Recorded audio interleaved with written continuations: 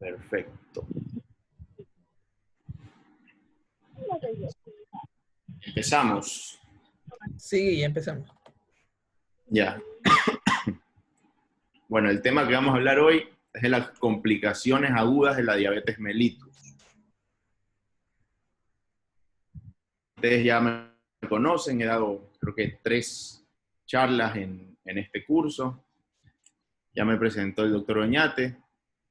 El día de hoy, los objetivos de la charla son comprender la fisiopatología de los trastornos que vamos a tratar, diferenciar cetoacidosis diabética de estado hiperosmolar hiperglicémico, realizar un diagnóstico oportuno de las complicaciones agudas de la diabetes mellitus para iniciar el tratamiento adecuado. El temario que vamos a ver son las 3 complicaciones agudas de la diabetes: cetoacidosis diabética, estado hiperosmolar hiperglicémico e hipoglicemia. Y de cada uno de ellos vamos a ver brevemente la definición, fisiopatología, cuadro clínico, el diagnóstico diferencial y tratamiento. Entonces, para empezar, tenemos que saber que las complicaciones de la diabetes mellitus se dividen en agudas y crónicas. Las agudas son 3. Cetoacidosis diabética asociada a la diabetes tipo 1, pero no es exclusiva de la diabetes tipo 1. El estado hiperosmolar hiperglicémico asociado a la diabetes tipo 2, pero no es exclusiva de la diabetes tipo 2.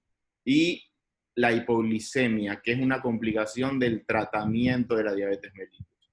Y las complicaciones crónicas se dividen en vasculares y no vasculares. Las vasculares se dividen en microvasculares y macrovasculares. Las microvasculares son las que tienen el diabética al final: retinopatía diabética, neuropatía diabética y nefropatía diabética, que solo afectan a los diabéticos. Y las macrovasculares son complicaciones en los diabéticos que afectan a otra población de riesgo también, ¿no? Personas obesas, hipertensas, como coronariopatías, eventos cerebrovasculares o arteriopatía periférica. Y dentro de las no vasculares hay una lista gigantesca. Dentro de las más importantes están la gastropatía, diarrea, genitourinaria, infecciosas, etc. Nosotros vamos a centrarnos en las complicaciones agudas, que es lo que van a ver en la emergencia. Antes de empezar, recordemos que el páncreas lo podemos dividir en 2. Funciones del páncreas se dividen en 2. Un páncreas exócrino, que secreta enzimas digestivas a través de estas estructuras que se llaman acinos, y un páncreas endocrino, que es en el que nos vamos a centrar, que sintetiza hormonas. El páncreas endocrino está formado por este grupo de células que está en el medio, que se llama islote de Langerhans, que son células alfa, que producen glucagón, células beta, que producen insulina, y células delta, que producen somatostatina. La insulina disminuye los niveles de glucosa en sangre.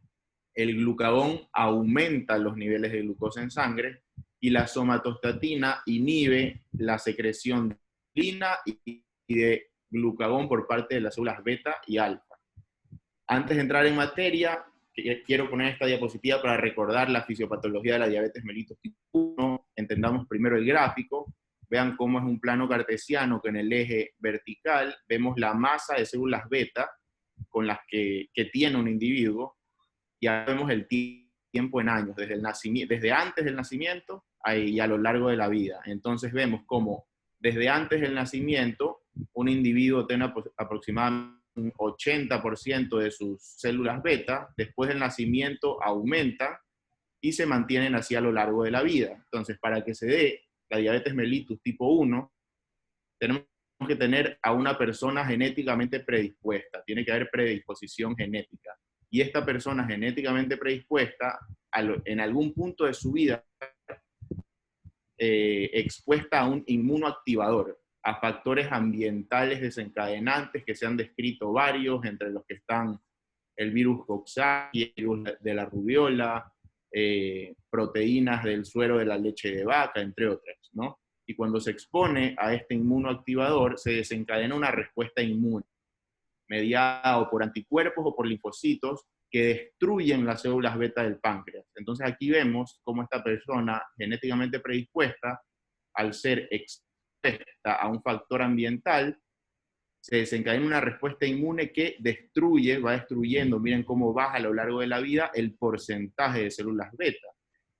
Cuando se destruyen aproximadamente el 70 u 80% de las células beta, como vemos aquí, se da la diabetes manifiesta. Empiezan los signos y síntomas de diabetes, y desde este punto el individuo va a requerir inyectarse insulina para el resto de su vida, para mantener niveles de glucosa normales.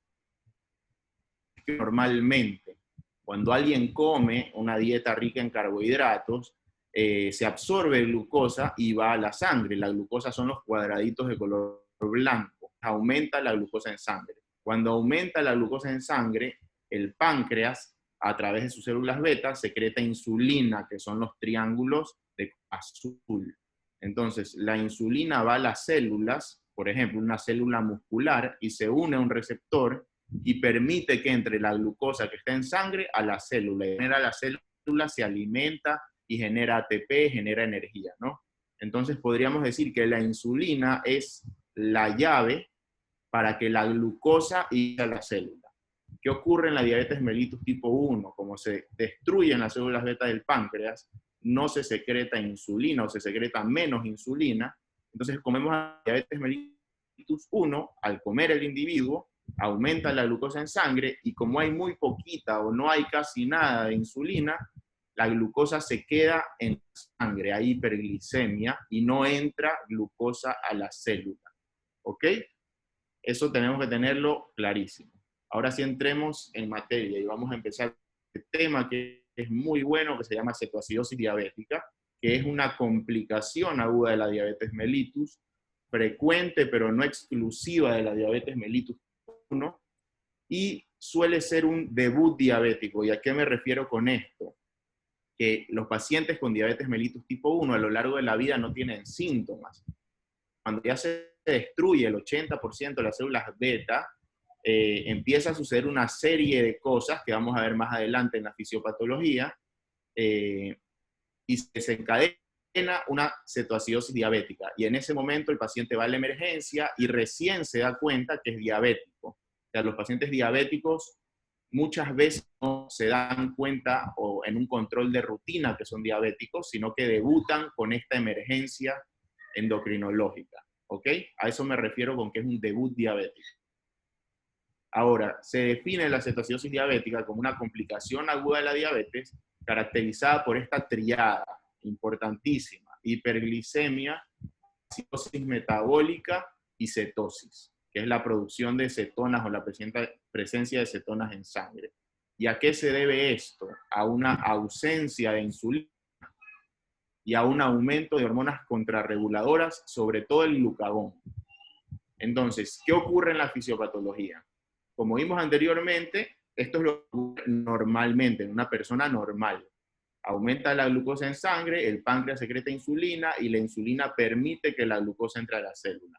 Recuerden, la insulina es la llave para que la glucosa ingrese a la célula.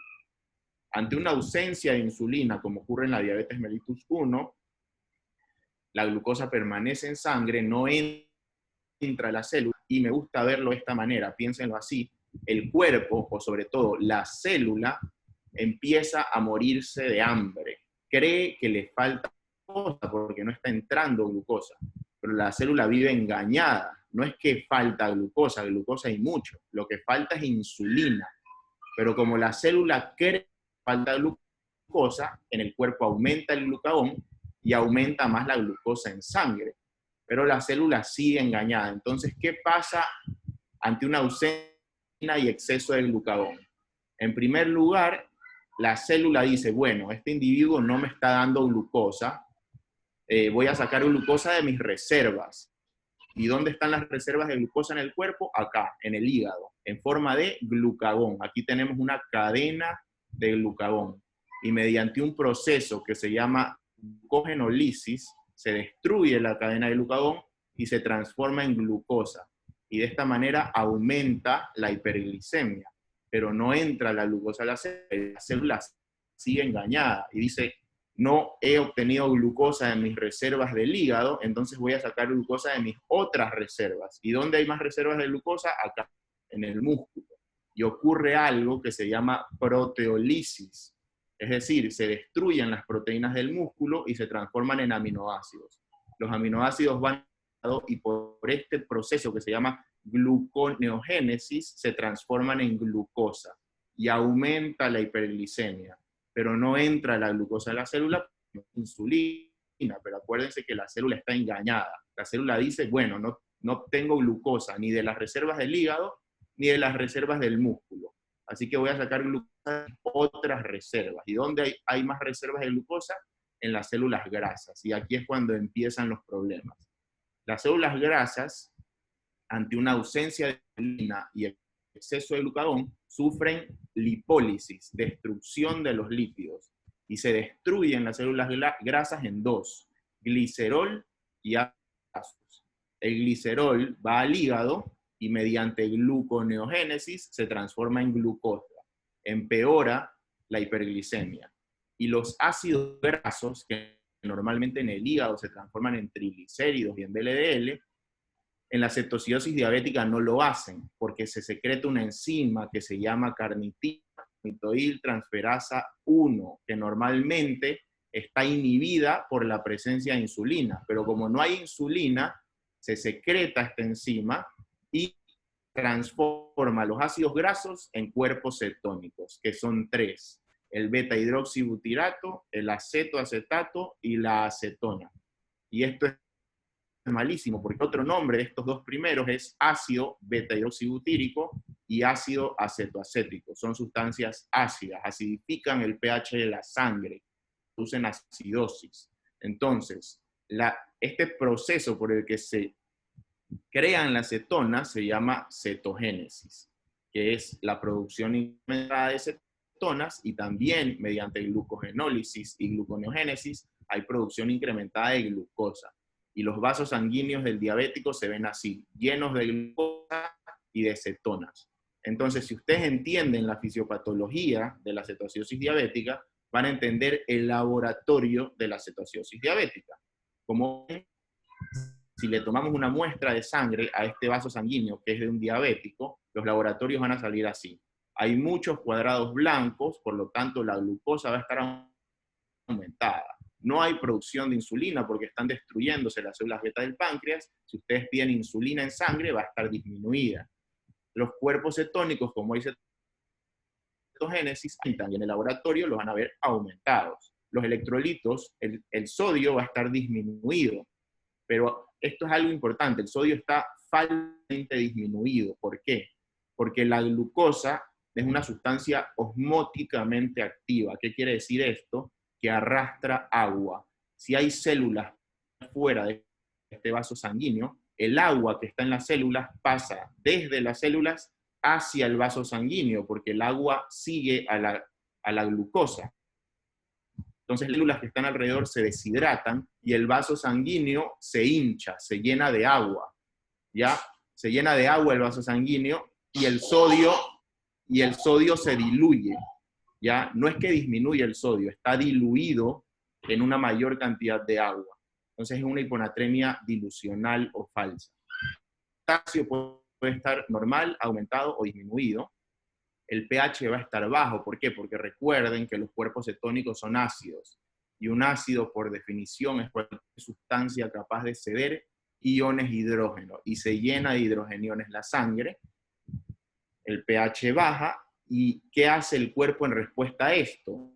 Envía bicarbonato, HCO3. Y el bicarbonato es como el superhéroe del cuerpo que hace un acto suicida. Viene y se neutralizar a los iones hidrógenos. Entonces el bicarbonato en el cuerpo se consume y disminuye el bicarbonato. Y como vimos en la clase de gasometría, si tenemos un pH bajo debido a una disminución del bicarbonato, hay una acidosis metabólica. Y aquí tenemos la triada de la cetoacidosis diabética: hiperglicemia, cetogénesis o cetosis y acidosis metabólica. ¿Ok? ¿Qué va a hacer el cuerpo ante una acidosis metabólica para compensarla? Va a eliminar CO2. El CO2 es una sustancia ácida, entonces el paciente empieza a hiperventilar, elimina CO2 por cada respiración y el CO2 en la gasometría disminuye. ¿Qué va a pasar en el examen de orina? Normalmente nosotros no orinamos glucosa. Toda la glucosa que pasa por el riñón se reabsorbe, ¿ya? Pero cuando sobrepasa este valor, los 180 miligramos sobre decilitro de glucosa en sangre, se sobrepasa la capacidad que tiene el riñón para reabsorber glucosa y empieza a eliminar glucosa. El paciente orina glucosa y hay glucosuria. Entonces, en el examen de orina, la glucosa va a estar elevada. Esto es bueno porque el cuerpo está tratando de deshacerse de la glucosa, pero también es malo porque acuérdense que la glucosa no va sola, va arrastrando agua y el paciente empieza a deshidratarse muchísimo por glucosuria. Ahora, también por el riñón se pueden eliminar cuerpos cetónicos y si tú haces un examen de orina, los cuerpos cetónicos van a estar aumentados. Si están van a haber 4 cruces de cuerpos cetónicos, o si les dan el valor, van a haber 100, 500, 50 de cuerpos cetónicos, ¿ok? Tampoco es normal que orine cetonas. ¿Qué pasa además? Por el riñón, como vemos aquí arriba a la derecha, se elimina el acetoacetato y el beta-hidroxibutirato, ¿ok? Y detectan en orina. Y también podría detectarse algo de acetona, pero como vamos a ver acá arriba a la izquierda, la acetona también se elimina lentamente por la respiración, a través de los pulmones. Y por eso estos pacientes tienen aliento a acetona o aliento cetónico, que es un aliento afrutado. Muchos dicen que es como frutas en mal estado, frutas podridas. Entonces, como ya conocen la fisiopatología y el laboratorio de la cetoacidosis, el por qué ocurre este laboratorio, vamos a entrar ahora sí, vamos a seguir con la clase. Para que se dé la cetoacidosis diabética, debe haber un suceso desencadenante, ¿ok? Algo que descompense al paciente diabético. El primero es el debut diabético, como ya vimos. Otro puede ser la acción inadecuada de insulina, que el paciente se esté poniendo una dosis de insulina muy baja para lo que necesita. Y de ahí las otras causas o sucesos desencadenantes, cualquier evento que aumente el consumo de glucosa y por lo tanto aumente el consumo de la insulina, como infecciones a la cabeza en los diabéticos. Ustedes siempre piensen 3, respiratorias, como neumonía, infecciones de vías urinarias e infecciones de la piel. Es ideal que un diabético se lo revise sin ropa, porque puede tener úlceras en los pies, ellos no sienten, y esa es una puerta de entrada para cualquier microorganismo. Otras infecciones son las gastrointestinales y las sepsis. Infartos también de cualquier tipo, cerebral, coronario o mesentérico. Medicamentos como los corticoides pueden aumentar los niveles de glucosa en sangre.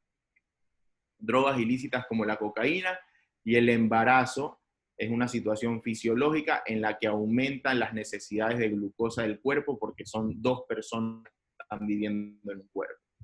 ¿Cuáles son las manifestaciones clínicas? A mí me gusta pensar en la cetoacidosis diabética o en el paciente con cetoacidosis diabética como un paciente intoxicado.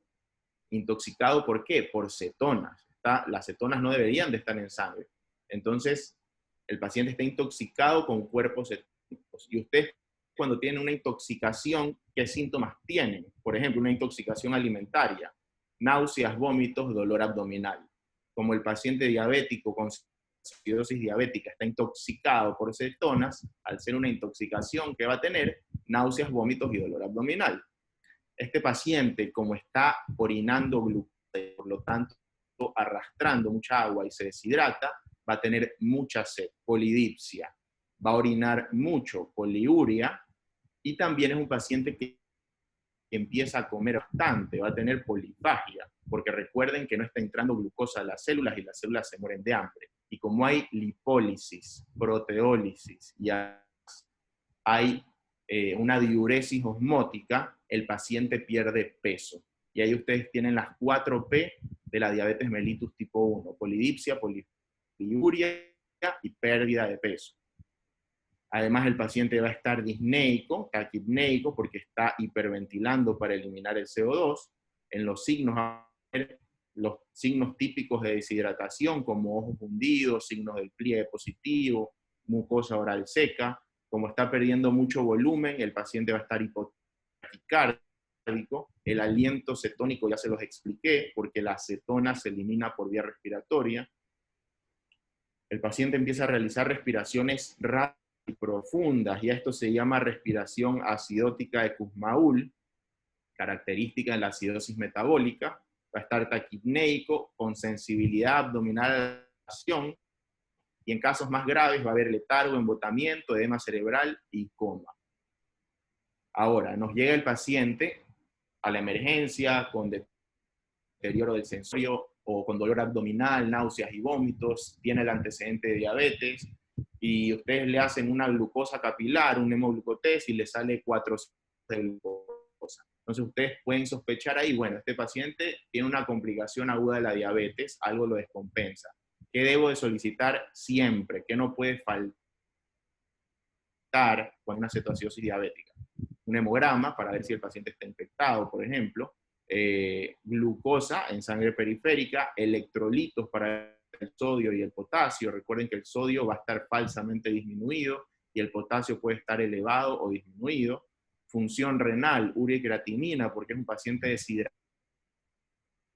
y puede hacer una aguda. Prerrenal, una gasometría para ver si hay acidosis metabólica. Pues recuerden que en la triada es hiperglicemia, cetosis y acidosis metabólica.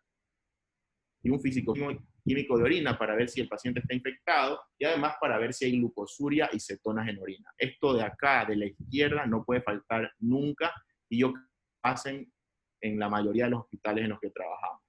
¿Qué más podemos solicitar? El resto de exámenes es según la sospecha, según lo que nosotros creemos que descompensó al paciente.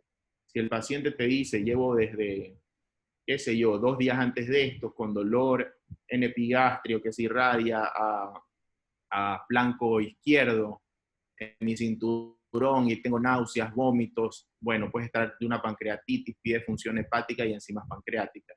Si el paciente te dice, no, una semana antes he estado con disnea, ha ido empeorando, y hoy sentí dolor torácico, opresivo, vamos a pedir enzimas cardíacas, un electrocardiograma también, aunque al electro yo lo pondría de este lado también. Es algo que no puede faltar porque es una enfermedad grave, es un paciente que puede llegar a estar en crítico, puede estar crítico. De ahí vamos a pedir cultivos según la sospecha. Si el paciente dice estoy con tos, con flema desde una semana, tengo fiebre, puedes estar ante una neumonía, pides una radiografía de tórax, cultivo de esputo, hemocultivo. Si el paciente tiene un físico-químico de orina infeccioso, vas a pedir urocultivo. Y puedes pedir también hemoglobina glicosilada o hemoglobina A1C. ¿Para qué sirve esto? La hemoglobina glicosilada nos dice el valor de glucosa, la glicemia de un paciente en los últimos 3 o 4 meses, ¿ya? Para saber si era un diabético conocido, si estaba siendo bien controlado con la medicación que se está administrando. Entonces, si a ustedes les llega un paciente con una situación que tiene la hemoglobina A1C normal dentro de objetivos, ustedes pueden pensar, bueno, este paciente se está administrando bien la insulina, pero lo que lo descompensó fue una patología grave, una infección, un traumatismo, un infarto, etc. En cambio, si la hemoglobina A1C está por las nubes, está elevadísima, ustedes pueden sospechar que tal vez la causa de la cetoacidosis es que este paciente no se está administrando bien la insulina. Aquí tenemos el laboratorio y cómo hacer el diagnóstico de la cetoacidosis diabética. La glucosa suele ser mayor a 250 y llegar hasta 600. Valores mayores a 600 se asocian más al estado hiperosmolar hiperglicémico. El sodio puede estar disminuido, pero está falsamente disminuido. Entonces, ¿ustedes qué tienen que hacer aquí? Aplicar esta fórmula, la del sodio corregido para la hipoglicemia. Porque hay una regla, el sodio sérico disminuye 1.6 miliequivalentes por cada aumento de 100 miligramos de glucosa. Para saber el valor de verdad del sodio, ustedes tienen que usar esta fórmula, que es sodio plasmático, imaginemos que tiene 125 más 1.6 por la glucosa del paciente, imaginemos que tiene 500, menos 100 para 100. Y voy a inventar un número. Tenía 125 en el laboratorio, pero tras utilizar esta fórmula le sale que el sodio verdadero es de 132. ¿Ok? Igual tiene hiponatremia, pero no es de 125. El potasio, ¿cómo va a estar? Normal, alto o disminuido, puede ser dependiendo de la causa. el resto de electrolitos suele estar normal, la creatinina ligeramente aumentada, porque recuerden que es un paciente deshidratado, la osmolaridad plasmática está aumentada, recuerden que el valor de la osmolaridad es de 275 a 295, o de 280 a 295 según la fuente que lean, y suele estar entre 300 y 320. ¿Cuál es la fórmula de la osmolaridad plasmática? La vimos en la clase de gasometría al final. Osmolaridad es igual a 2 por sodio más glucosa sobre 18 más nitrógeno sobre 2.8 o urea sobre 6. Las cetonas, ¿cómo van a estar? Van a estar presentes, ya sea en sangre o en orina. Cuando ustedes lean este tema en un libro o en un artículo, van a ver que las cetonas que se suele pedir en sangre es el beta-hidroxibutirato, ¿ya? Porque se eleva antes que en orina. El pH, ¿cómo va a estar en la gasometría? Disminuido, bicarbonato consumido, y la CO2 va a estar también disminuida para intentar compensar la acidosis metabólica. Y el anion gap, ¿cómo va a estar? Aumentado. Recuerden que en la clase de gasometría vimos que la cetoacidosis diabética es una de las causas de acidosis metabólica con anion gap aumentado. ¿Cómo clasificamos a la cetoacidosis diabética? Nos llega el paciente, hacemos el diagnóstico. Ahora tenemos que clasificarla en leve, moderada y grave. Como ven ustedes aquí, la leve, moderada y grave comparten los mismos valores de glucosa. En las tres la glucosa va a estar 50. Las tres van a tener cetonas en orina y cetonas en suero positivas. Las tres tienen una osmolaridad efectiva o una osmolaridad plasmática variable, pero suele estar aumentada. Y el anion gap en la moderada y grave siempre va a ser mayor a 12. En la leve, mayor a 10. Recuerden que el valor normal del anion gap es de 10 en rango de 8 a 12. ¿Ok? 10 en promedio, el rango de 8 a 12. Entonces, todo esto es igualito, idéntico en las tres en las estadios, leve, moderado y grave. ¿Cómo diferenciamos a un paciente con cetoacidosis diabética leve, moderado y grave? Con el nivel de conciencia. El que tiene una cetoacidosis diabética leve está alerta, despierto. El que tiene una moderada puede estar despierto o algo somnoliento o obnubilado. Y el que tiene una cetoacidosis diabética grave va a estar estuporoso o comatoso, porque está muy deshidratado. Y también lo vamos a diferenciar según los valores de la gasometría. En la leve, el pH está entre 7.30 a 7.25 y el bicarbonato de 18 a 15. En la moderada, el pH de 7.24 a 7 y el bicarbonato de 15 a 10. Y en la grave, el pH va a ser menor a 7 y el bicarbonato menor a 10. ¿Por qué es importante saber esto? Porque la cetoacidosis diabética grave siempre debería de ser tratada en una unidad de cuidados intensivos. La podría ser tratada en un área de urgencias y luego pasar al paciente a una observación, luego a piso, y la leve quizás pueda ser tratada en la emergencia, observación por 4 horas y luego mandarlo a domicilio con tratamiento. ¿Ok? Pero ya vamos a ver el manejo de esta patología. ¿Cuál es el diagnóstico diferencial?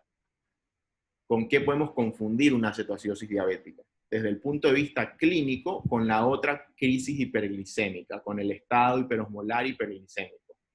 De ahí con otras causas de dolor abdominal, náuseas y vómitos, como una gastroenteritis o una pancreatitis. Algo característico, algo que tienen que pedir siempre cuando sospechen una pancreatitis es lipasa, no solo amilasa. ¿Por qué? Porque la cetoacidosis diabética te puede elevar la amilasa. ¿Ok? Entonces, la cetoacidosis diabética es una causa de hiperamilasemia distinta a la pancreatitis. ¿Cómo la diferencias? Pidiendo lipasa, ¿no? ¿Y con qué más vamos a diferenciar a la cetoacidosis diabética? Con otras causas de disnea y de deterioro del sensorio. Una hiponatremia, hipernatremia, te pueden deteriorar el sensorio, una hipercalcemia, un evento vascular, etc. Y desde el punto de vista gasométrico, ¿con qué más vamos a diferenciar a la cetoacidosis diabética? Imaginando que llegó el paciente en mal estado, no tenemos una máquina para medir glucosa y lo que tenemos a la mano es para hacerle una gasometría, nos sale una acidosis metabólica, ustedes calculen siempre el y la vamos a diferenciar, la cetoacidosis diabética, de todas las otras causas de anion gap aumentado. Recuerden que la mnemotecnia era gap música, ¿ok? Entonces, si el anion gap está aumentado y el paciente tiene cetonas y tiene hiperglicemia, el diagnóstico es cetoacidosis diabética. Ahora, ¿cuáles son los pilares del tratamiento? Recuerden que este es un paciente que está muy deshidratado y por esa deshidratación está hipotenso, taquicárdico, tiene inestabilidad hemodinámica. Lo más importante, no administrar insulina y bajar la glucosa. Lo más importante es que se le canalice una vía periférica y reponer líquidos intravenosos. ¿Cuánto vamos a administrar y qué solución vamos a administrar? La elección es la solución salina al 0,9% o solución isotónica, aunque ha salido un artículo reciente en el que comparan la solución salina lactato de Ringer y dicen que el lactato de Ringer es mejor, pero eso no está todavía en ninguna guía formal de diabetes hasta el momento. Así que yo se los voy a de esta manera. Tenemos que administrar 1 a 2 litros de solución salina al 0,9% en la primera hora para tratar la hipotensión y la hipoperfusión. Luego, dejamos solución salina en una infusión continua, pasando con una bomba de infusión a 250 o 500 ml hora, dependiendo del estado hemodinámico del paciente, de si el paciente está orinando o no. Tenemos que ver la diuresis de este paciente. Una vez que la glicemia llega a valores que estén por debajo de 250, nosotros cambiamos la solución salina por una dextrosa al 5% en solución salina al 0,45% y la damos a esta velocidad de infusión, dependiendo de qué tan deshidratado esté el paciente. En nuestro medio no tenemos, por lo menos en mi hospital no hay, dextrosa al 5 en salina al 0,45. Hay dextrosa en agua y dextrosa en salina al 0,9, ¿ok?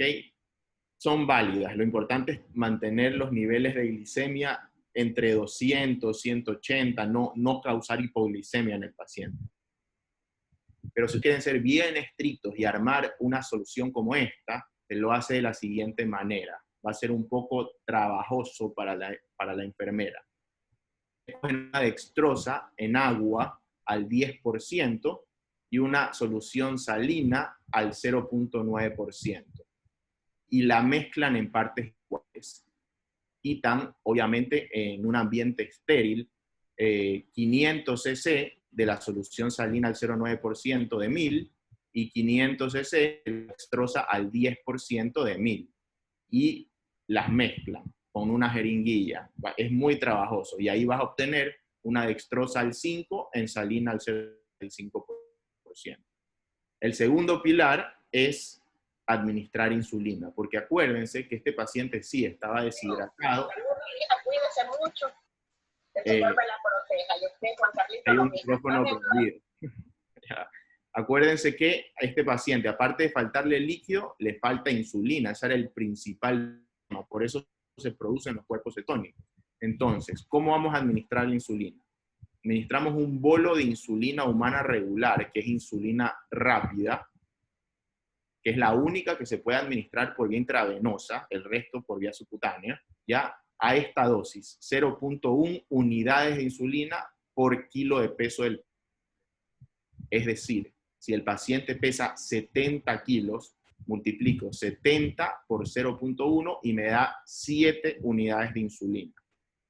Administro 7 unidades de insulina al paciente por vía intravenosa en ese momento. Un bolito de 7 unidades de insulina si pesa 70 kilos. Seguido de infusión, o lo que conocemos nosotros como bomba de insulina, a una dosis de 0,1 unidades por kilo hora. Esto quiere decir, si el paciente pesa 70 kilos, 70 por 0,1 me da 7. Vamos a pasar 7 unidades cada hora en una bomba de infusión. Ya les voy a explicar cómo se la arma. Una vez que tú estés hidratando al paciente y esté con la bomba de insulina y que la glicemia llegue a valores que estén por debajo de 250, no solo cambiamos la infusión de hidratación, sino que bajamos la infusión de la bomba de insulina a la mitad, en vez de 0,1 a 0,05. Es decir, si a 7 ml hora, la bajo a 3 o 4 ml hora, ¿ok? Y luego vamos ajustando la velocidad de la infusión para mantener las glicemias en aproximadamente 200, 180, 190. No bajar más allá de eso. Cuidado, producen hipoglicemias en el paciente. Y algo muy importante que deben de saber es tener cuidado con el potasio. ¿Por qué? Porque si ustedes ya vieron hipercalemia en este curso, las medidas para bajar el potasio son administrar glucosamina para eliminar potasio por vía renal, bicarbonato en caso de acidosis con hiperpotasemia, y también la administración de insulina, porque la insulina secuestra, por así decirlo, al potasio que está en la sangre y lo mete dentro de las células. Entonces la insulina disminuye los niveles de potasio en sangre. Entonces, ojo con el potasio. Por eso el tercer pilar, y lo pongo en anaranjado, es midan el potasio. Si ustedes, lo primero que tienen que hacer, recuerden, es reponer líquidos. Piden laboratorios. No prenden la bomba de insulina hasta que no tengan el valor de potasio en sangre del paciente.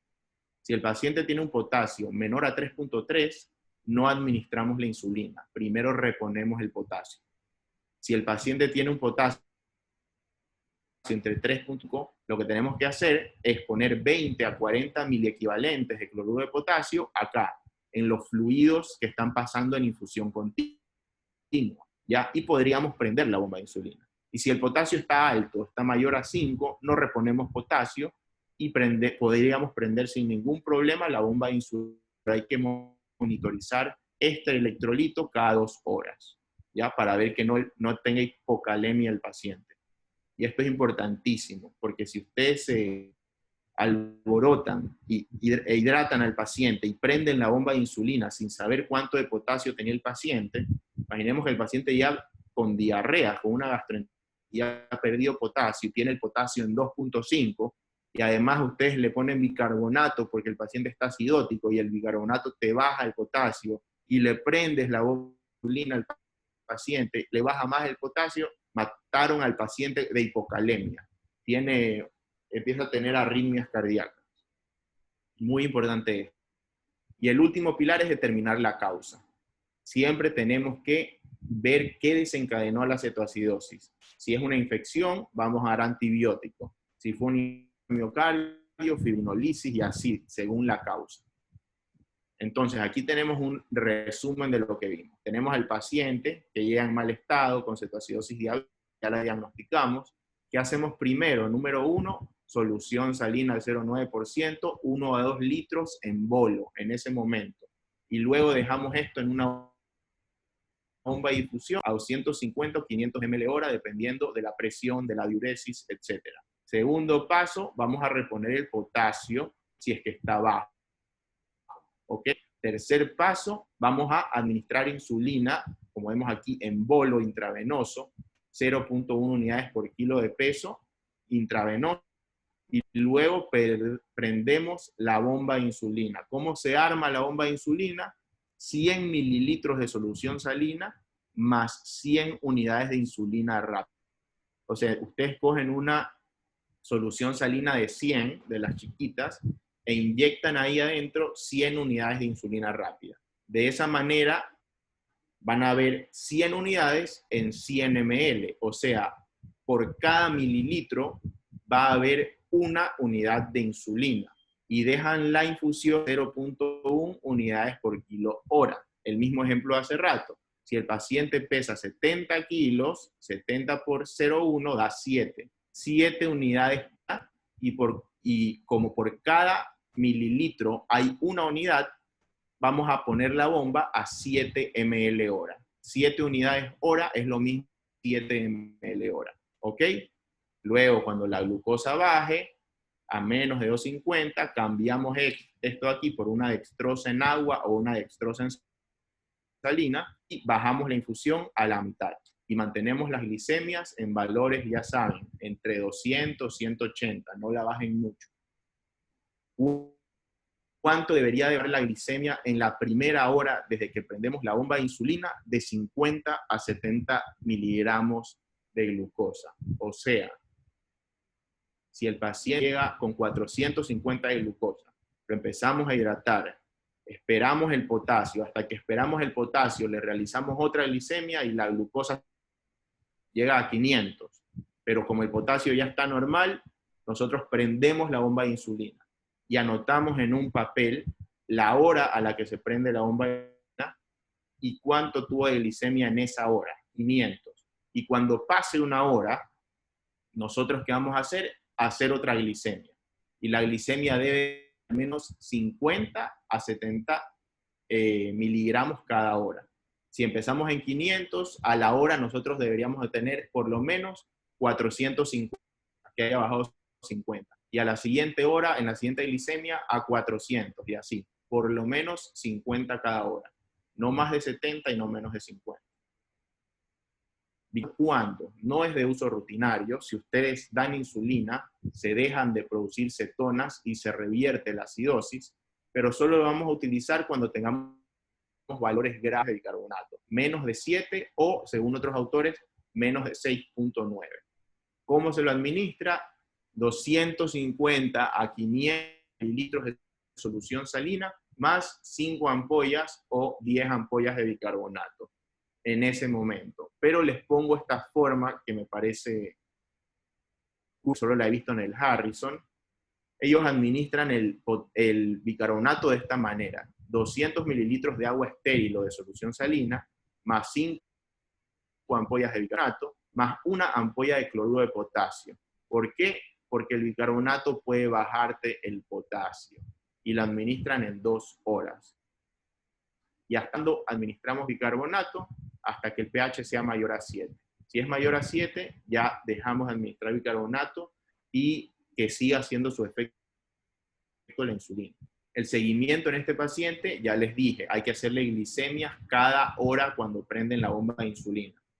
Ya vamos a pedir también con electrolitos, función renal, glucosa y gasometría cada 4 horas para ver si el potasio baja, si el sodio mejora, si la creatinina que está aumentada disminuye, y si ya no estamos con acidosis metabólica. Para eso es la gasometría, para ver si el bicarbonato aumenta, el pH aumenta, etc. Y en algún punto, ya esto manejo en la emergencia, el manejo en la emergencia es hasta acá arriba, ya en algún punto ese paciente vamos a tener que quitarle la bomba intravenosa de insulina y pasarlo a insulina subcutánea. ¿Cuándo lo paso a insulina subcutánea? Cuando se resuelva la cetoacidosis, número 1, cuando el paciente despierto y cuando ya tolere la vía oral, ya no esté con náuseas ni vómitos, el paciente esté comiendo. Cuando se reúnan estas 3 cosas, nosotros podemos pasarlo a insulina subcutánea. Muy importante, ya cuando ustedes le administran la insulina subcutánea, la primera dosis, no pueden apagar inmediatamente la bomba de insulina. Ustedes le administran la insulina subcutánea y la bomba de insulina tiene que quedarse prendida por lo menos 2 a 4 horas más, porque si no el paciente puede hacer hiperglicemias de rebote. Ahora, ¿cuándo sabemos que se resolvió la cetoacidosis? Aquí tenemos los criterios de resolución de cetoacidosis diabética. Glicemia por debajo de 250, otros dicen debajo de 200, bicarbonato mayor o igual a 18, que el anion gap esté normal, y que el pH arterial sea mayor a 7.3. Cuando el paciente reúne todo esto y además ya tolera la vía oral y además está despierto, tú puedes hacer la transición a insulina subcutánea. ¿Cómo realizamos el cambio de insulina intravenosa a subcutánea? En pacientes tratados previamente con insulina, diabéticos ya conocidos, que tienen una hemoglobina glicosilada normal, es decir, que estaban bien controlados con ese esquema de insulina, reiniciamos el esquema habitual, ¿ya? Siempre y cuando la dosis sea variada. En caso de que se trate de un nuevo diabético o que la dosis que estaba usando previamente no era la adecuada, sino que era muy baja, nosotros tenemos que calcular la dosis total de insulina en 24 horas.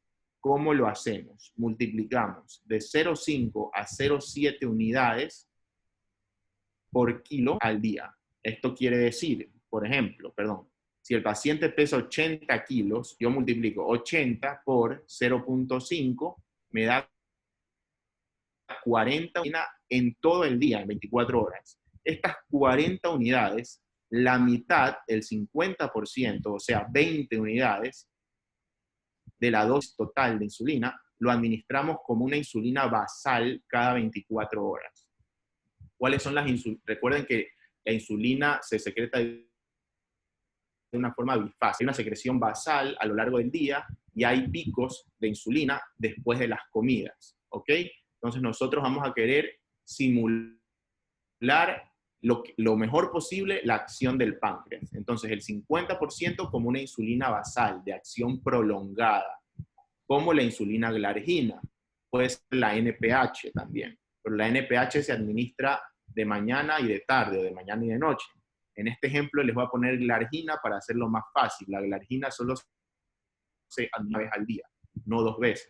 Entonces la mitad de estas 40, que son 20, administramos como insulina glargina, 20 unidades una vez al día.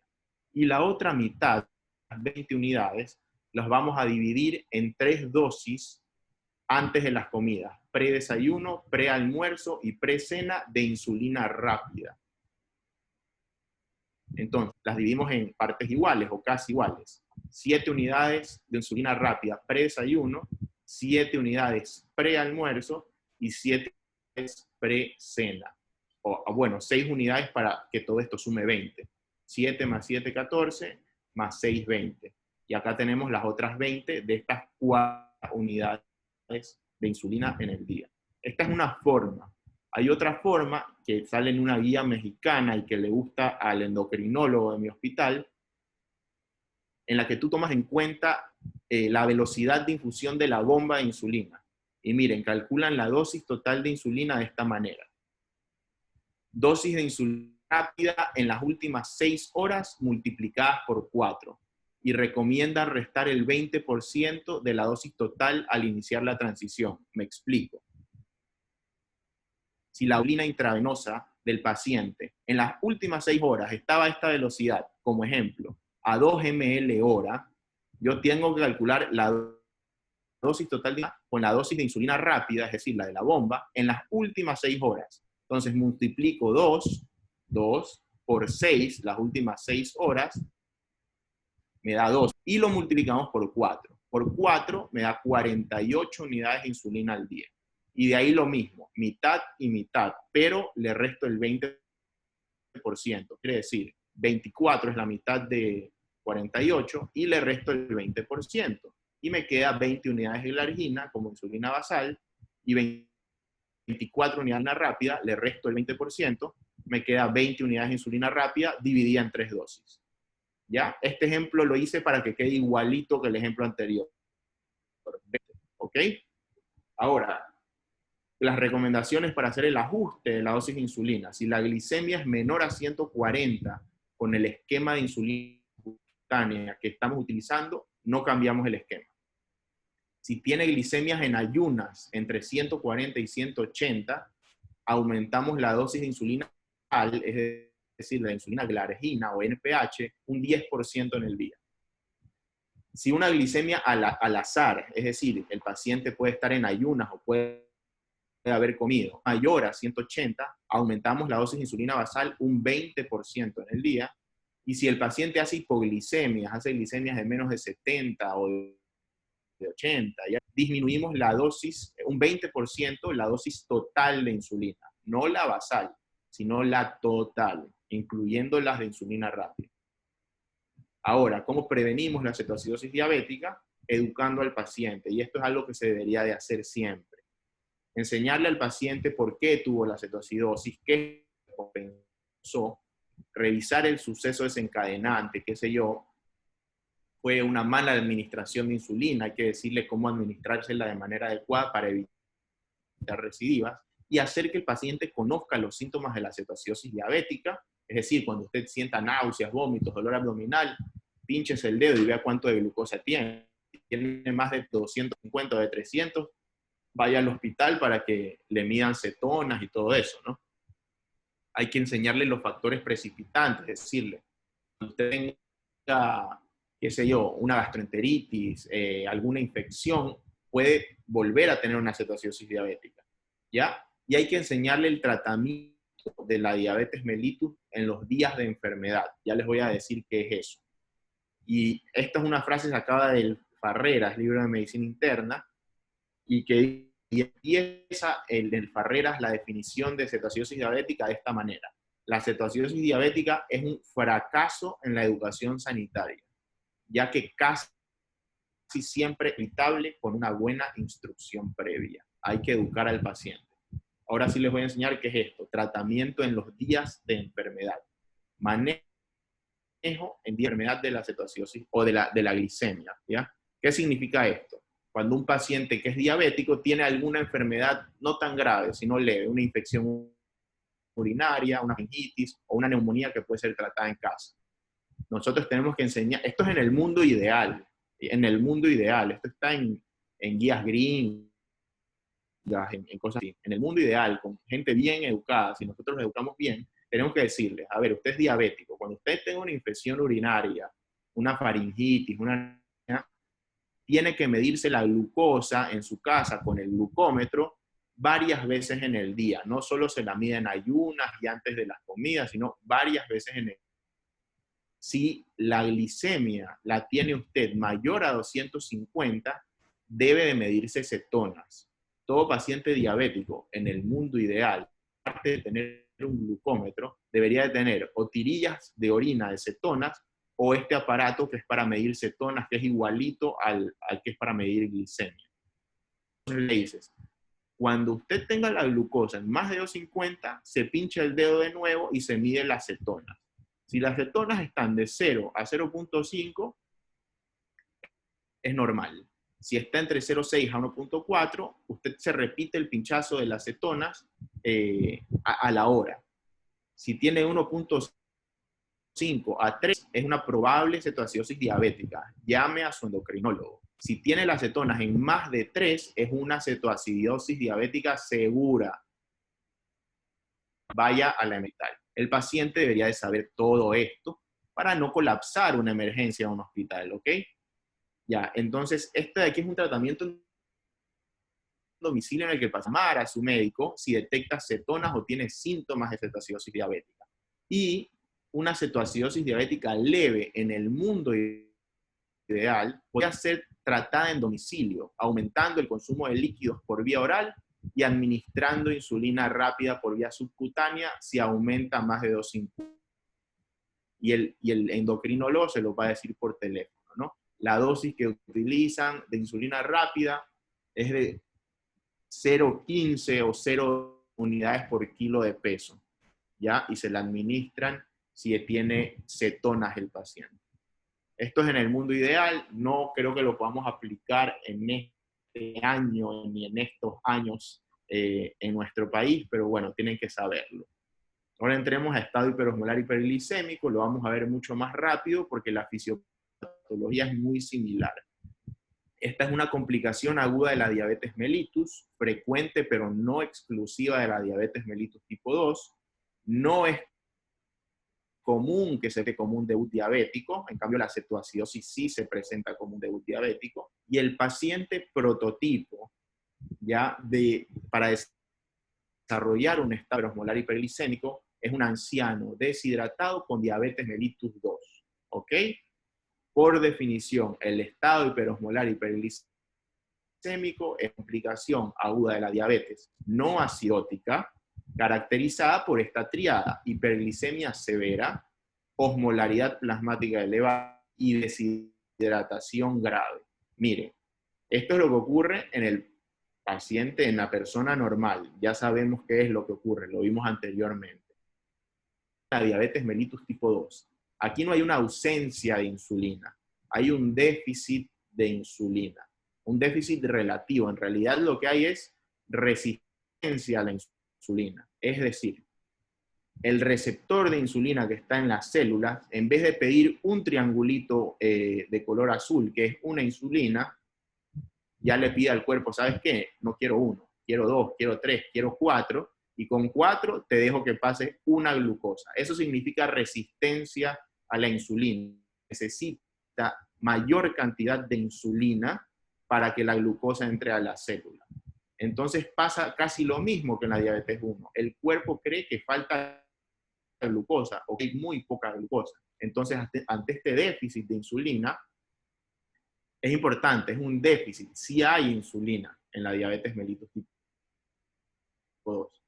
Pero, entonces, como hay insulina, recuerden que no va a haber la enzima que produce los cuerpos cetónicos, que era la carnitina, palmitoil, transferasa 1, porque esa enzima es inhibida en presencia de insulina, ¿ya? Entonces, como aquí sí hay insulina, no se produce esa enzima y no se produce en los cuerpos cetónicos y el paciente no entra en acidosis metabólica. Y como no entra en acidosis, no tiene esos síntomas de cetoacidosis diabética, ¿ya? Sino que lo que pasa es que empieza a aumentar y aumentar y aumentar mucho más la glucosa en sangre. Y como aumenta y aumenta y aumenta, el paciente tiene una diuresis osmótica importante y se trata mucho más que en la cetoacidosis. El cetoacidótico no se deshidrata tanto como el hiperosmolar, porque el cetoacidótico en algún punto él baja y tiene síntomas de acidosis metabólica y eso lo hace ir a la emergencia. En cambio, este paciente no tiene esos síntomas de acidosis y empieza a deshidratarse más y más y más, y la glucosa aumenta más, aumenta más, aumenta más. Entonces ocurre algo parecido, pero no hay producción de cetonas, por lo tanto no va a haber cetogénesis, cetonas en sangre, pero hay hiperglicemia. Y aquí les dejo, no vamos a ver este esquema, pero tienen que saber que acá arriba es cetoacidosis diabética y lean lo que dice acá arriba a la derecha. En la cetoacidosis diabética hay acidosis y cetogénesis. En el estado hiperosmolar no hay cetogénesis ni acidosis. Entonces, la clínica del paciente con un estado hiperosmolar hiperglicémico se caracteriza por ausencia de síntomas de la cetoacidosis diabética. No suele haber náuseas ni vómitos ni dolor abdominal porque el paciente no está intoxicado por cetonas, no hay respiración de Kussmaul porque es una respiración característica de la acidosis metabólica, el paciente está con deshidratación grave, taquicárdico, hipotenso, y el paciente prototipo, recuerden, es un anciano con diabetes mellitus 2 que tiene varias semiguria, pérdida de peso porque está perdiendo muchísima agua, con disminución del consumo oral, que culmina todo esto en confusión, letargo o coma. ¿Y cuáles son los factores desencadenantes? Enfermedades concurrentes graves, como infarto de miocardio, eventos cerebrovasculares, sea hemorrágico o isquémico, neumonía, otras infecciones, sepsis, pacientes con demencia, porque no se hidratan de manera adecuada, y pacientes con padecimientos debilitantes. ¿Qué quiere decir debilitantes? Por ejemplo, un anciano que haya tenido un evento cerebrovascular isquémico hace un año y que haya quedado secuelado, que tenga hemiplegia, que no camine mucho, que se quede bastante en cama, etcétera, ¿no? Aquí vemos el laboratorio del estado hiperosmolar hiperglicémico y la diferencia con la cetoacidosis. La glucosa en el estado hiperosmolar va a estar mucho más alta que en la cetoacidosis. Puede estar desde 600 a 1200. A mí me tocó ver una vez en el hospital Guayaquil un paciente tenía 1100 y pico de glucosa, está en un estado hiperosmolar hiperglicémico. El sodio aquí suele estar normal, el potasio y el resto de electrolitos de parámetros normales. La creatinina va a estar moderadamente aumentada, va a aumentar mucho más que en la cetoacidosis porque la deshidratación es mayor. La osmolaridad plasmática va a estar mucho más elevada que en la cetoacidosis, por eso se llama estado hiperosmolar hiperglicémico. No va a haber presión, puede haber una ligera presencia de cetonas en sangre y en orina, y en la gasometría no va a haber acidosis metabólica de anion gap aumentado.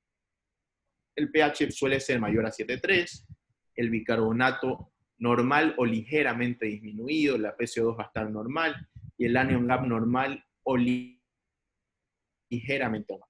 Entonces, aquí tenemos la clasificación de la cetoacidosis diabética y se las pongo para que vean que el estado hiperosmolar hiperglicémico no se clasifica en ningún, ya no se clasifica en leve, moderado y grave porque el estado hiperosmolar siempre es grave, porque el paciente está estuporoso o comatoso y es un paciente que probablemente cuando llegue va a requerir un manejo avanzado de la vía aérea, va a haber que intubarlo, ventilarlo, etc. En cuanto al tratamiento, la reposición de potasio, tratar la causa y la administración de insulina es igual que en la cetoacidosis diabética, que cambia ligeramente la reposición con líquidos. Es en la misma solución que vamos a utilizar, solución salina al 0,9%. ¿Cuánto vamos a administrar? Un poco más, hasta 3 litros de solución salina en las primeras horas, porque este es un paciente que es más deshidratado que el paciente con cetoacidosis diabética. El paciente con cetoacidosis suele tener un déficit de agua de alrededor de unos 4 o 5 litros. El que tiene estado hiperosmolar tiene un déficit de agua de hasta 10 litros. Entonces vamos a administrar bolos de hasta 3 litros de solución salina para tratar la hipotensión y la hipoperfusión. Y si nosotros corregimos el sodio por la fórmula que les enseñé anteriormente, y el sodio corregido es mayor a 150, nosotros deberíamos utilizar una solución hipotónica, salina al 0,45%. Una vez que el paciente esté estabilizado hemodinámicamente, hay que compensar el déficit de agua libre con soluciones hipotónicas y luego con dextrosa al 5% en agua, ¿ok? Que también es una solución hipotónica. Entonces, ¿cómo sacamos el déficit de agua libre? Con esta fórmula. Hay 2 fórmulas, hay otra también que la pueden encontrar, pero esta es una de las 2. Agua corporal total por el valor del sodio del paciente, menos 140 sobre 140. Y ahí les va a salir la cantidad de litros de agua que tiene de déficit este individuo. ¿Cómo sacamos el agua corporal total? La fórmula que todo el mundo dice es peso en kilos por 0,6. Nosotros somos un 60% de agua. Pero no debería ser así. Deberíamos diferenciar entre si el paciente es hombre, mujer, niño, anciano o anciana. Si es hombre, si es peso en kilos por 0,6. Si es mujer, es por 0,5. Si es un niño, por 0,6. Si es un anciano hombre, por 0,5. Y si es una anciana, por 0,45. Aquí les he puesto como ejemplo el de una anciana. 0,45 por el peso en kilos. ¿Y cómo el déficit de agua? Debe corregirse los 9, dependiendo del valor que te salga. Si te sale 10 litros de déficit de agua, en 1 a 2 días. Vamos a pasar el agua, los 10 litros en un solo día, a velocidades de infusión de soluciones hipotónicas a 200 a 300 ml hora. Entonces lo corregimos, este déficit de agua, lentamente, hasta en 48 horas. ¿Cuáles son los criterios de resolución del estado hiperosmolar hiperglicémico? Una molaridad plasmática menor a 310, recuperación del estado de alerta, el paciente está estuporoso o en coma, ahora se despertó, y una glicemia menor a 250. Y ahora vamos a ver la tercera complicación aguda de la diabetes mellitus, y que creo yo que es la emergencia endocrinológica más grave de todas, la hipoglicemia. Es hasta más grave que la cetoacidosis, que el estado hiperosmolar, que cualquier otra emergencia de endocrinología, que una psicosis, que una crisis addisoniana. ¿Por qué? Porque la hipoglicemia mata, no te da tiempo. La hiperglicemia sí te da tiempo. Como vimos anteriormente, tú no bajas glucosa, primero pides potasio, ¿ya? Y el paciente puede ir aumentando la glicemia mientras tú lo tengas hidratado y monitorizado, pues te da tiempo la hiperglicemia. La hipoglicemia no. Un paciente con hipoglicemia hay que hacerlo comer inmediatamente o le administras dextrosa inmediatamente a la vena, porque si no se muere o se queda sin cerebro, ¿ok? Entonces, la hipoglicemia, por definición, es la concentración anormalmente baja de glucosa en plasma, con o sin síntomas de hipoglicemia. ¿Cuál es el valor normal de la glucosa? De 70 a 100. Menos de 70 es hipoglicemia. Pero hay algo importante para característica esta triada, la triada de Whipple en la hipoglicemia. ¿Ya? Tú tienes que tener síntomas consistentes con hipoglucemia, como deterioro del sensorio, que el paciente esté pálido, sudorencias. Debes de confirmar que la glucosa esté baja y que tenga un alivio de los síntomas luego de aumentar la glucosa. Entonces, si tienes estas 3 cosas, obvio estás ante una hipoglicemia, ¿no? En cuanto a la fisiopatología, ustedes tienen que saber que el cerebro es el órgano más sensible ante la glicemia y que el cuerpo humano tiene varias líneas de defensa. En primer lugar, ante una hipoglicemia, el páncreas disminuye la secreción de insulina, como ven aquí. ¿Por qué? Porque la insulina normalmente baja la glucosa, entonces el páncreas disminuye la secreción de insulina para que la glucosa empiece a aumentar. Número 1. Número 2.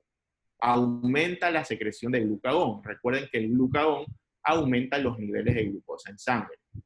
En tercer lugar, aumenta la secreción de adrenalina. La adrenalina ayuda, como ven acá, a eliminar, la adrenalina ayuda, como ven acá, a aumentar la producción de glucosa a nivel renal, ¿ok? Luego, el cuerpo, si es que todavía el individuo no come, aumenta la secreción de cortisol. Recuerden que los corticoides aumentan la sangre y de hormona de crecimiento, que también aumenta los niveles de glucosa en sangre. Y por último, van a haber síntomas colinérgicos. Se secreta acetilcolina que te produce síntomas de hambre, ¿ya? Entonces el paciente se va a sentir ya mal, mareado, y va a ir a comer alimentos. Estas son las líneas de defensa del cuerpo ante una hipoglicemia. ¿Cuál es la etiología de la hipoglicemia? La más importante es el tratamiento de la diabetes. Y a la tiene que empezar en 2 fármacos que bajan la glucosa. Las sulfonilurias, como la glibenclamida, y la insulina. Son los 2 que te producen hipoglicemia. Los otros medicamentos de la diabetes podrían producirla, pero es muy raro. ¿Ok? Y hipoglicemia sin diabetes puede ser el uso de algunas drogas, bueno, ya vimos, insulina, alcohol, y aquí vienen las S y las Q, secretagogos de insulina, como las sulfonilurias, salicilatos, como la aspirina, sulfonamidas, el trimetoprim sulfa, quinina y quinolonas. De ahí, enfermedades graves te pueden producir glicemia, insuficiencia cardíaca, hepática o renal, sepsis, inanición o desnutrición, tumores de células beta como el insulinoma, algunos hormonales y otras causas más raras como lactosemia, pacientes con anticuerpos contra insulina, etc. ¿Cuál es la clínica de la hipoglicemia? El Harrison divide manifestaciones clínicas de una manera muy académica, en síntomas autónomos y síntomas neuroglucopénicos. Los autónomos son adrenérgicos, va a estar con palpitaciones, temblores y ansiedad, y colinérgicos, el paciente va a estar con diaforesis, sudando mucho, con hambre y con parestesias. Y los neuroglucopénicos, como indica su nombre, neuro de sistema nervioso, de cerebro, glucopénicos, glucosa baja.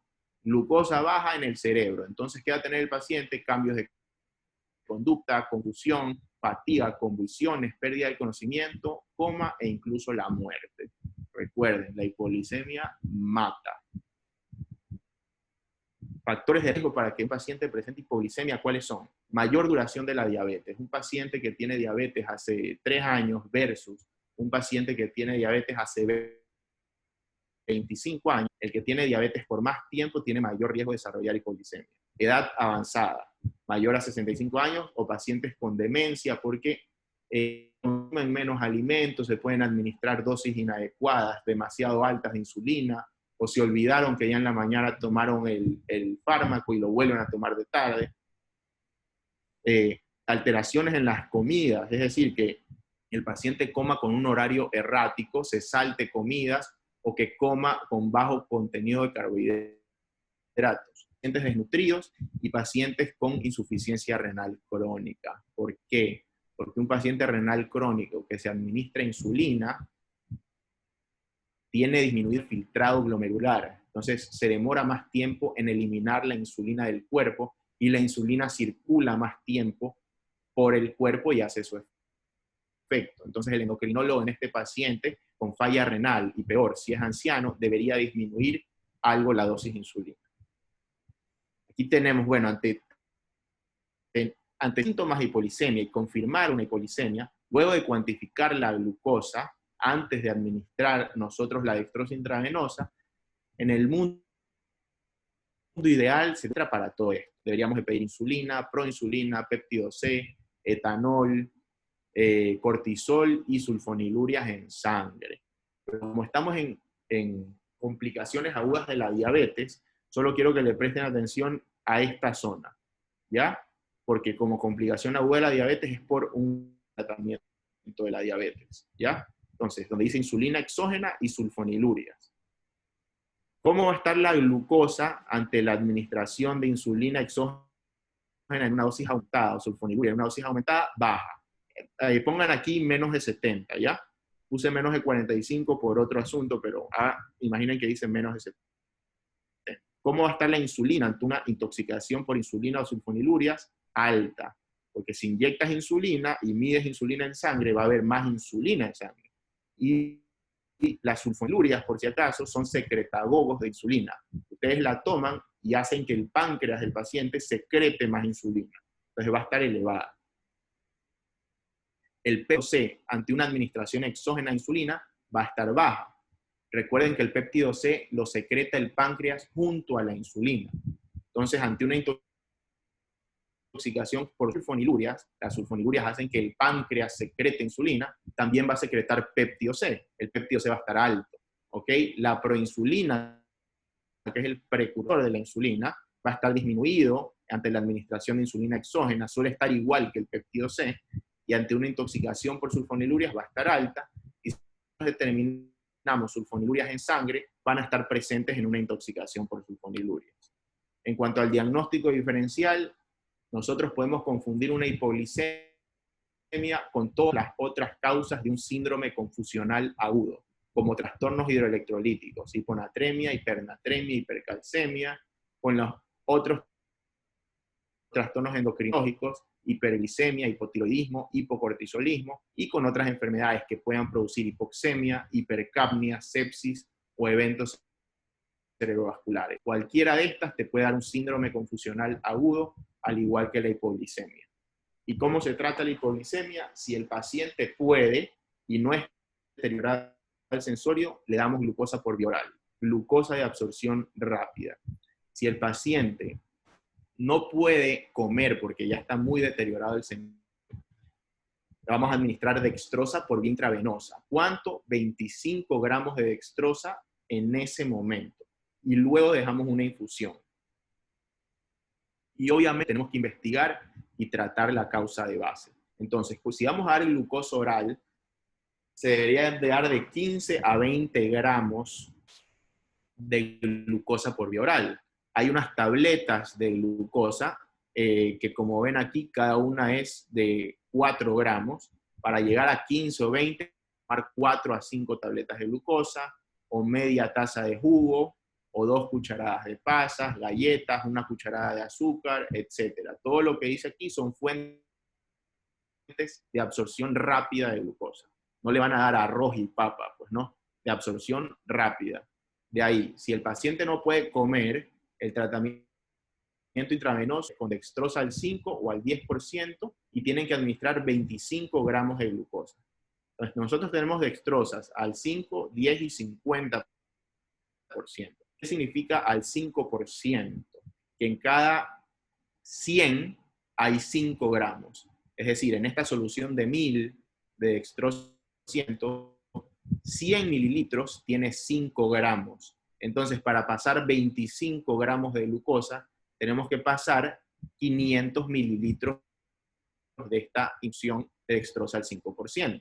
Acá, dextrosa al 10% significa que hay por cada 100 mililitros 10 gramos. Por lo tanto, si usamos una dextrosa al 10, para pasar 25 gramos, pasamos 250 mililitros. Y si se usa una dextrosa al 50, significa que hay 50 gramos por cada 100 mililitros y basta con pasar 25 ml para llegar a 25 gramos. Pero una dextrosa al 50% hay que pasarla por vía central. Ahora, si el paciente, algo muy importante, y esto sí hay aquí en Ecuador, todo paciente diabético debería de tener como si fuera su billetera en el bolsillo, ampollas de glucagón. Si el paciente se fue de paseo y está en la playa y no está en un hospital y empieza a sentir síntomas de hipoglicemia, porque se administró la insulina, se olvidó de desayunar, y no tiene nadie que le ponga una vía intravenosa, y no tiene comida en ese momento, ¿qué hace? Saca su ampolla de glucagón, que viene con las instrucciones aquí de cómo administrarla, y se administra 1 miligramo subcutáneo o intramuscular. Recuerden que el glucagón aumenta los niveles de glucosa en sangre. En pacientes desnutridos y alcohólicos, aparte de reponer con dextrosa, administramos tiamina junto a la dextrosa. ¿Ok? ¿Cuánto? 100 miligramos. Prevenir la encefalopatía de Wernicke.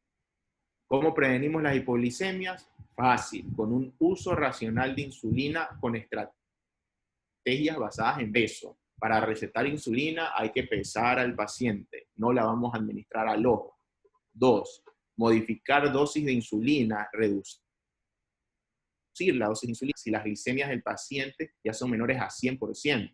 Tenemos que dar dextrosa intravenosa en pacientes que son tratados con insulina, entren en NPO, qué sé yo, un diabético llegó por una apendicitis y lo operaron de su apendicitis y se queda sin comer nada después de la cirugía. Como es diabético, administran insulina al paciente, ¿ok? Y no está comiendo nada porque se ha operado recién. Tiene que estar con una dextrosa por vía intravenosa, ¿ok?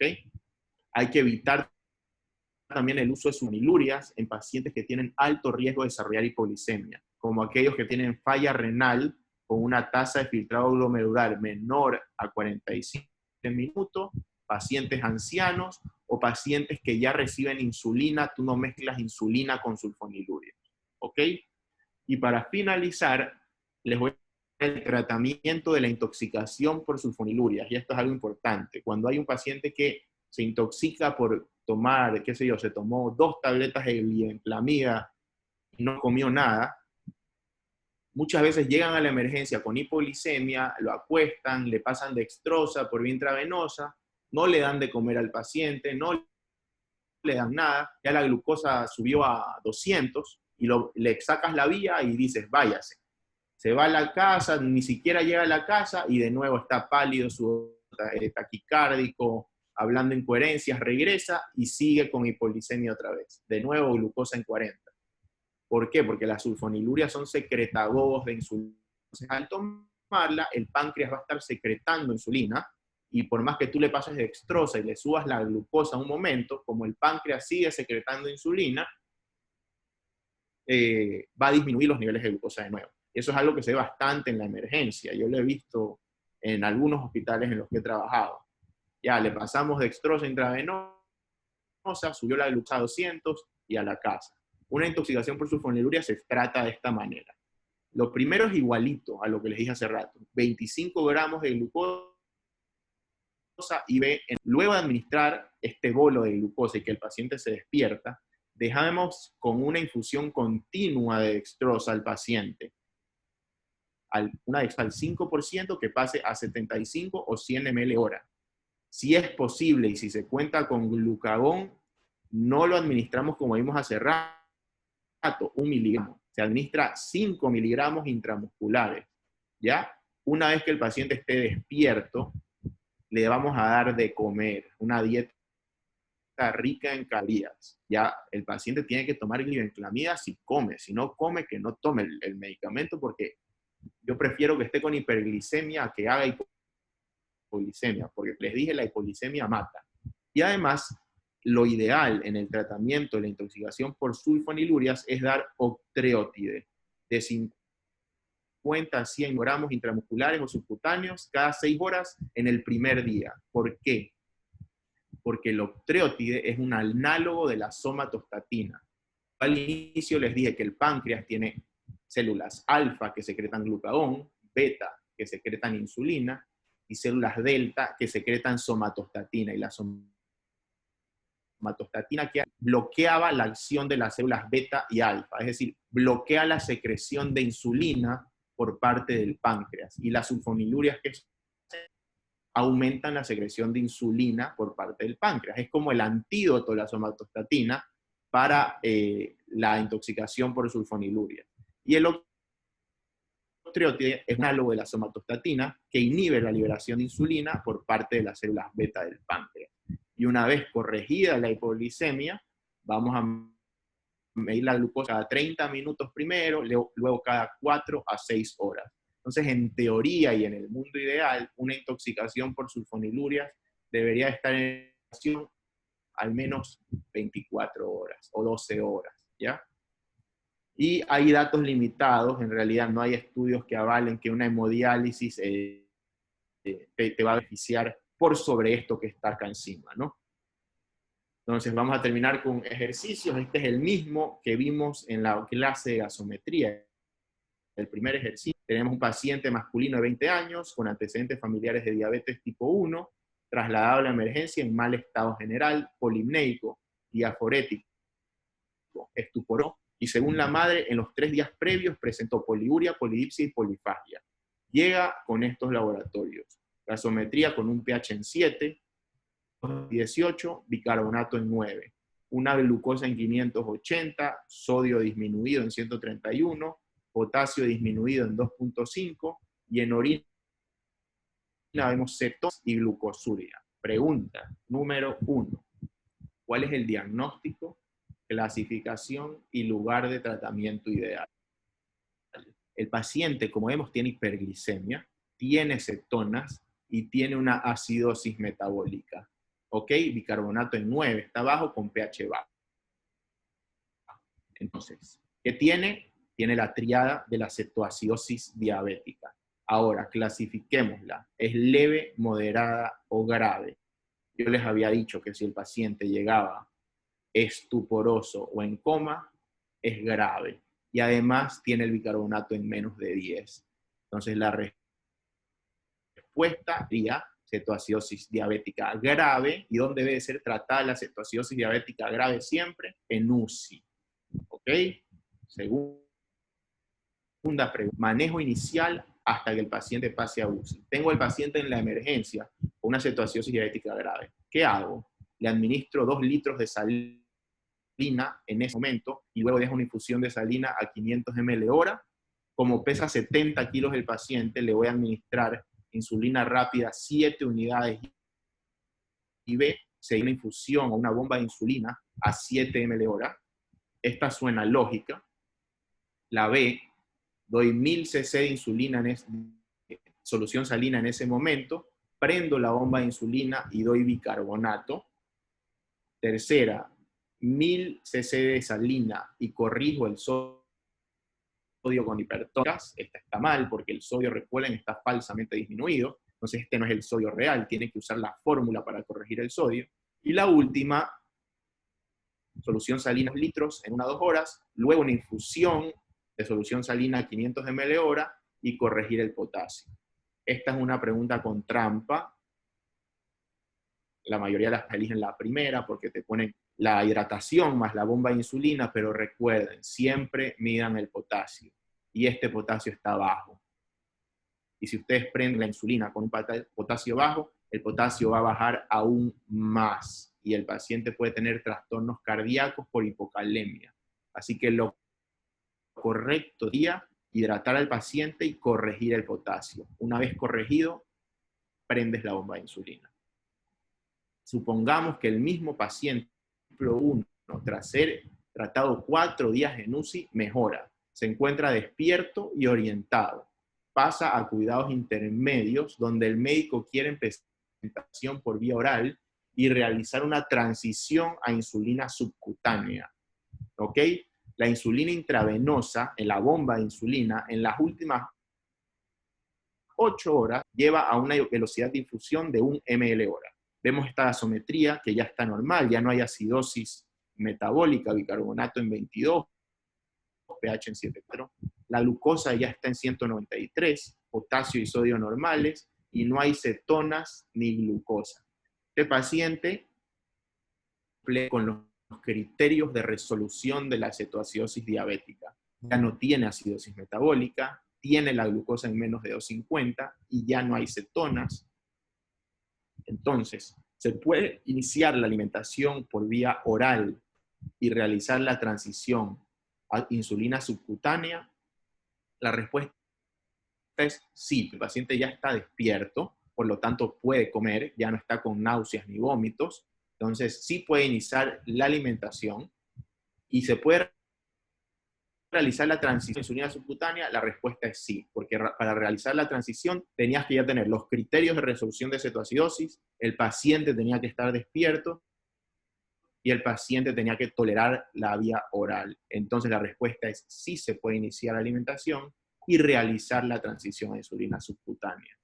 Seguimos con el siguiente ejercicio. ¿Cómo hacemos la transición? Y aquí yo quiero hacerla con la segunda forma que les enseñé, con la de la guía mexicana, en la que nosotros usábamos o veíamos las últimas 6, la dosis total de insulina basados en la bomba de infusión, lo que había pasado en las últimas 6 horas multiplicado por 4.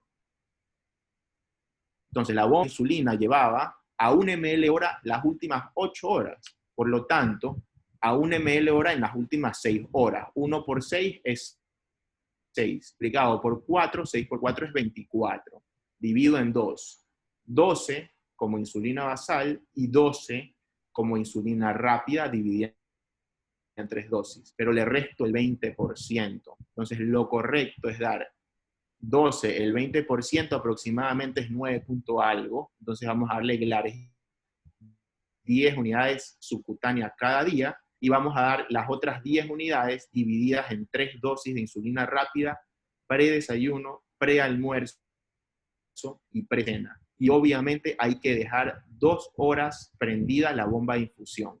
Ustedes ponen la insulina subcutánea y no apagan la bomba de una. Tienen que de 2 a 4 horas. Aquí las otras opciones eran erróneas todas. Reiniciamos con metformina y un inhibidor del SGLT2, insulina de Temir y dejamos 4 horas la infusión, o insulina NPH 22 y 10 e insulina rápida para correcciones. Lo ideal es basado sacando la dosis total de insulina en 24 horas de las dos formas que les enseñé. Y para finalizar, un caso de hipoglicemia. Paciente masculino de 57 años, diabético tenso con antecedentes de infarto de miocardio, que toma normalmente metformina de 500 cada 12 horas, glibenclamida 5 miligramos cada día, losartán un día, hidroclorotiazida una vez al día, aspirina, carvedilol. Llega a la emergencia pálido, sudoroso, desorientado, con una glicemia capilar de 30. ¿Qué medicamento de los mencionados es responsable de la hipoglicemia? Glibenclamida, metformina, hidroclorotiazida, carvedilol. Obviamente estos dos últimos no. Y yo les dije que los medicamentos que producen hipoglicemia en pacientes diabéticos, los principales son la sulfonilurias y la insulina. Entonces la respuesta aquí es la glibenclamida. Ya, ¿cuáles son los puntos claves que nos vamos a llevar a casa? En primer lugar, todo paciente descompensado con hiperglicemia, siempre los exámenes que hay que solicitar, los de siempre y no pueden faltar, hemograma, glucosa, electrolito, función renal, gastritis y físico-químico de orina. Y ustedes pueden solicitar el resto dependiendo de lo que sospechen. 2. En cetoacidosis diabética y en estado hiperosmolar hiperglicémico, el tratamiento con líquidos intravenosos primero. Luego, midan el potasio. Tienen que tener el potasio para iniciar la bomba de insulina. Y ante una hipoglicemia, pregunten siempre por antecedentes patológicos de diabetes y qué medicamentos utilizan. Los más importantes, los que producen más hipoglicemia son la insulina y las sulfonilurias. Y con eso he terminado. Recuerden que me pueden seguir en mis redes sociales, en el canal de YouTube, para ver más clases. Hola Guille, ¿qué tal?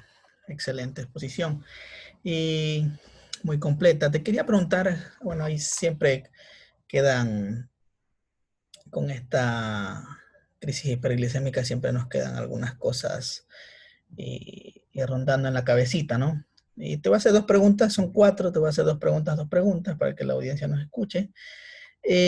La primera, antibiótico-terapia empírica en crisis hiperglicémica sin foco determinado. Como tú sabes, la mayoría de los pacientes, una de las causas desencadenantes de su hiperglicemia o su descompensación metabólica en los procesos infecciosos. Está avalado el uso de antibiótico-terapia empírica sin foco determinado en estos pacientes. La segunda, para hacerla continua, insulina subcutánea, como tú bien lo dijiste, es una terapéutica que va acercándose o aplicándose cada vez más a aquellos pacientes con estados leves. ¿Qué tipo de insulina se utilizaría en estos pacientes? La segunda se te trabó un poquito. ¿Cuál es la pregunta? En la cetoacidosis leve. Sí, como tú lo indicaste, la insulina subcutánea, una terapéutica que cada vez se está haciendo más frecuente en los casos leves. ¿Qué tipos de insulina utilizar en estos pacientes? Ya, voy a empezar por la segunda pregunta. En caso de una cetoacidosis diabética leve que pueda ser manejada en domicilio, recuerden que no solo es la hiperglicemia, el paciente tiene cetonas, entonces en ese caso la que se administra es la insulina rápida, una acción rápida si el paciente tiene cetonas. Insulina regular, la rápida que todos conocemos, o las otras sintéticas de acción más rápida que no son humanas, son sintéticas, como la Lispro, Aspar, etcétera, ¿no? Pero es con esa la que se hacen las correcciones y además con ingesta de líquidos aumentada por vía oral, con un control nuevo de cetonas y de glicemia a lo largo del día, ¿ya? En ese caso, para corregir la glicemia es con insulina rápida. Y la dosis, ¿se acuerdan que era en la bomba de insulina 0.1 unidades por kilo? Ya, la dosis que se utiliza para aplicar por vía subcutánea es 0.15 o hasta 0.2 unidades por kilo de peso de insulina rápida en ese momento. El paciente debería de conocer su peso, administrarse la insulina y luego medirse la glicemia en 1 hora o media, 40 minutos, ¿ya? Y medir si todavía hay cetonas. O sea, es un tratamiento que debe ser como controlado casi por teléfono con el médico para disminuir el ingreso a emergencias de problemas que se pueden solucionar en casa, y ya está escrito hasta en, si no me equivoco, en las guías de la ADA nuevas y en artículos del doctor Umpierres sobre el manejo de la cetoacidosis diabética leve en casa. Y la otra, en una cetoacidosis diabética, una crisis hiperglicémica, sin foco determinado, o sea, sin foco conocido, ¿qué antibiótico utilizamos? Primero, cerciorarnos de que el paciente tenga algo infeccioso, leucocitosis, reactantes de fase aguda elevada. 2, hay que ver si el paciente está hemodinámicamente inestable, ¿no? Si el paciente si está séptico, si está hipotenso, taquicárdico, ahí tú te basas en los antibióticos que se utilizan para sepsis, de la campaña, de la guía de la campaña de sobreviviendo a la sepsis. Recuerden que la sepsis es una infección grave que compromete la vida. Entonces se empieza a administrar antibióticos de amplio espectro, ¿ok? Como carbapenémicos o betalactámicos con actividad en pseudomonas, y muchas veces carbapenémicos más vancomicina, si es que el paciente está en un choque séptico o en una sepsis grave, pues, ¿no? Pero siempre hay que intentar buscar el foco, tratar de determinarlo, porque de ahí, tú me dices, si el paciente no está hemodinámicamente inestable, no está en sepsis, depende ahí del lugar donde tú sospeches, porque es diferente el tratamiento antibiótico empírico de una neumonía de la comunidad que de una infección urinaria, pues, ¿no? Pero yo les diría que utilicen amplio espectro si el paciente está séptico o en shock séptico. No sé si opinas algo distinto. No, está bien. Las otras dos últimas preguntas, como tú sabes, en los casos graves hay deterioro neurológico, y tú bien lo explicaste aquí. ¿Qué hacer con aquel paciente que yo sospecho de que su deterioro neurológico es posiblemente por una complicación aguda, más que todo por cetoacidosis, o que es muy raro la asociación, o como hiperosmolar, ¿no? Pero cuando ya llevo toda la normalidad, su glucosa, pH viene mejor, y el paciente todavía sigue con alteración neurológica, ¿qué actitud terapéutica o qué actitud eh, de secuencias en el diagnóstico diferencial podría tener con estos pacientes que no me recuperan el estado neurosensorial y se mantienen con un Glasgow 9 o 10 o 11 aproximadamente, ¿no? Esa es la Ya, una. Ujú. sí, ya, ahí hay también tengo una charla hecha de un tema que se llama síndrome confusional agudo o delirio.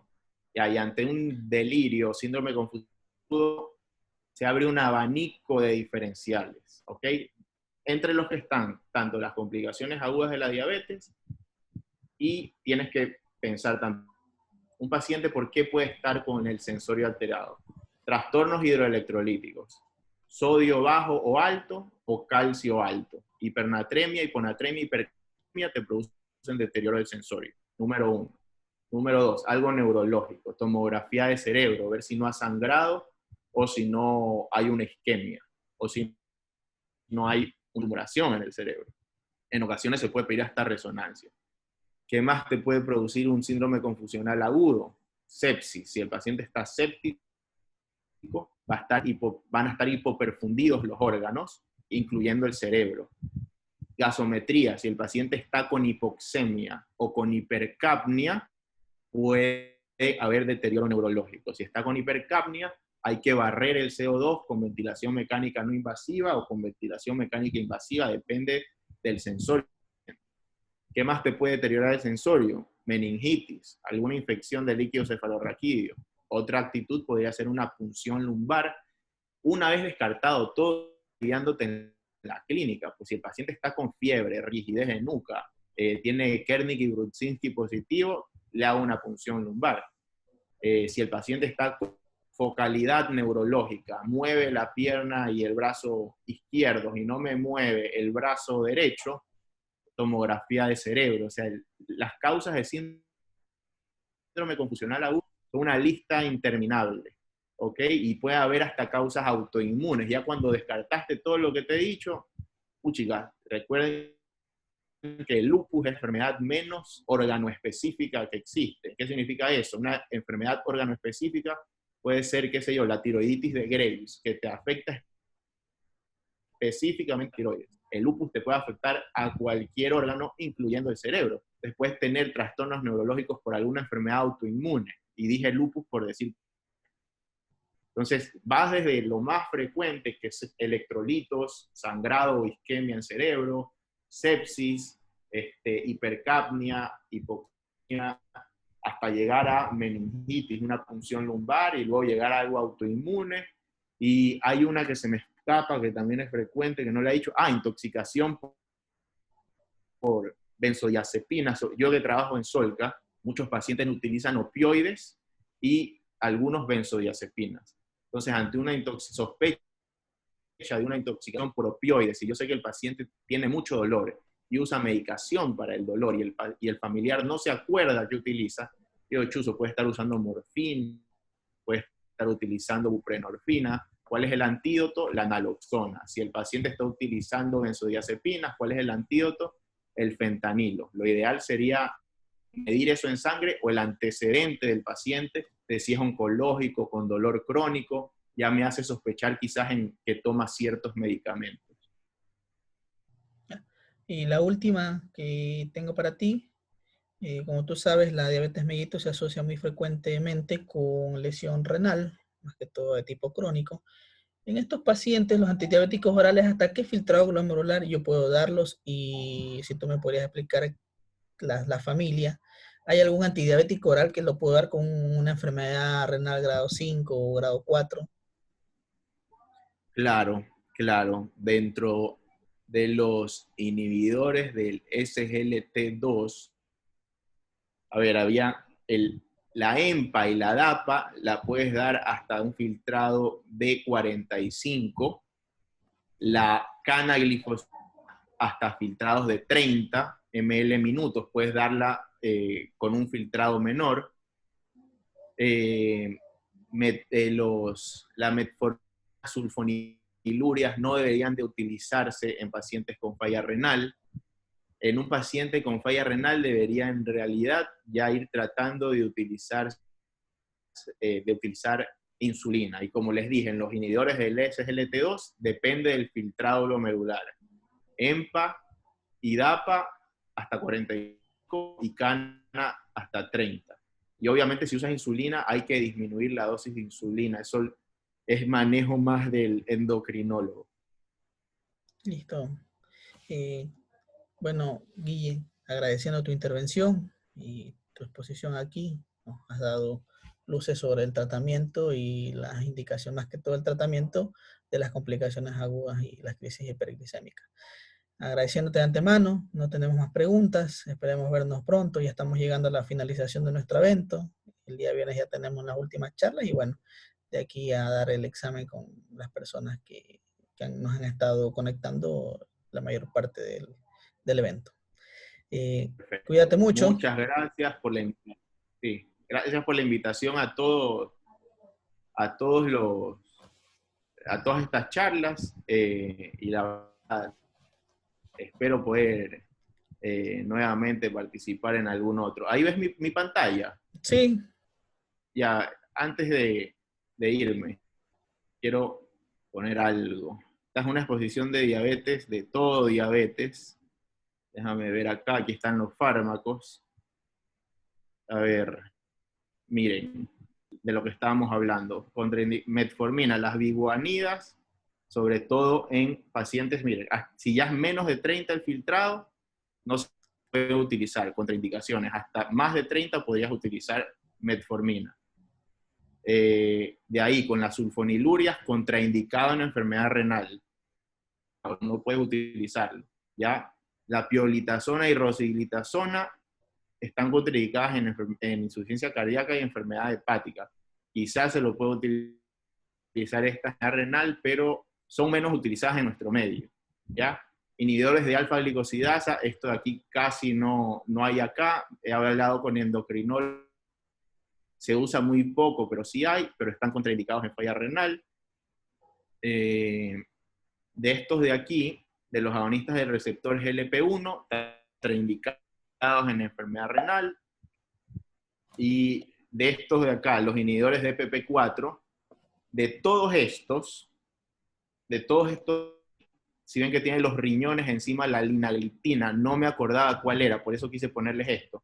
La linagliptina es la única de estos que no necesita ajuste renal. Podría dárselo en un paciente con falla renal sin ajustar la dosis, ¿ya?